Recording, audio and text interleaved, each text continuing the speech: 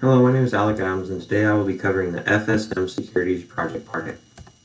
First, we have to talk about the T-bond rate. The T-bond rate is an independent rate of expected return because it's guaranteed by the government. It does not fluctuate unless they say so. A T-bond rate is essentially risk-free due to the fact that it's only affected by the rise and fall of interest rates, and that's affecting the price of the bond. But for the next part, we have to talk about expected returns, and for the T-bond, Entergy Corp, Freeport, and the S&P 500. The expected return for T-bond was 3%, Entergy was 7.5%, Freeport was 5.9%, and S&P 500 was 9%. S&P 500 was the best investment based solely upon the expected return. Then we had to find standard deviation and coefficient of variation for the four investments: the T-bond, Entergy, Freeport, and S&P 500. Standard deviation and coefficient of variation for the T-bond were 0 and 0. For Entergy, they were 0.92 and 1.22. For Freeport, they were 0.66, and 1.111. For the S&P 500, they were 0.142 and 1.581. The standard deviation measures risk compared to the average return, and the coefficient of variation also measures risk, which is represented with 0 being a better number, meaning lower risk. Next, we had to make 3 portfolios with Freeport and Entergy. The first one was a portfolio consisting of 50% Freeport and 50% Entergy. It had an expected return of 6.7%, a standard deviation of 0.0258, a coefficient of variation of 0.386.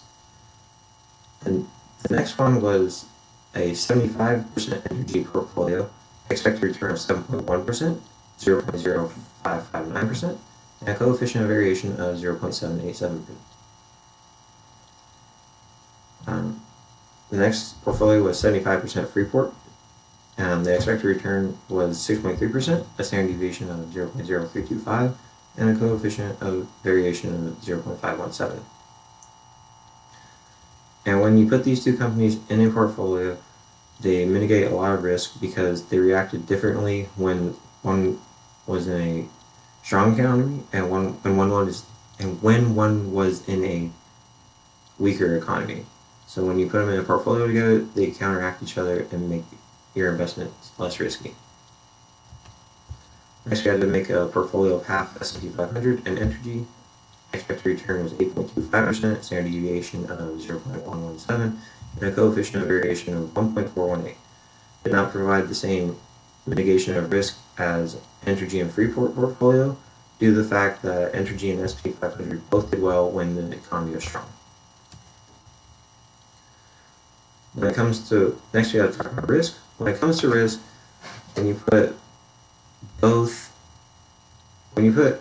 more stocks into a portfolio, the less risky the portfolio becomes. If you invest in one single stock, you're at complete liability of whatever that stock does. If it goes up a lot, you go up a lot. If it goes down a lot, you're down. And then for total risk, it considers all risks possible. And 2 types of risk are diversifiable risk, which is risk associated with company or industry, and systematic risk is risk associated with the market. Then we applied the expected returns on a scatter plot, and then we had to find the regression line to find their betas. Energy's beta was 0.644, Freeport's beta was negative 0.3778, and the T-bond beta was 0 due to the fact that its rate never changed. Next, we had to find CAPM required rate of return for Entergy. It had a required rate of return of 6.6%. Then we plotted them against the security market line. If the dot was above the line, it was undervalued. If it was on the line, it was fairly valued, and under the line was overvalued. And we adjusted the risk-free rate to a 3% higher inflation rate. So I found a new nominal risk-free rate of 6.09%, The capital adjusted required return for Entergy was 7.84%. And then we had to talk about efficient market hypothesis, which states all stocks are priced fairly due to the fact that it reflects all information of stock prices. And this makes getting high returns in the market impossible without investing in things that are highly risky.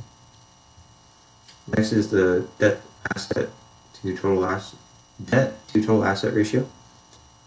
And by decreasing it, you will lower beta and lower risk. The reason why you lower beta is because they will not be making payments to all.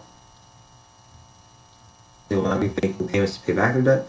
It means they'll have more net income. And it's also, by lowering beta, lowers your risk because beta is a measure of the risk that the company is exposed to. So by decreasing this ratio, the lower risk that the company is. Thank you.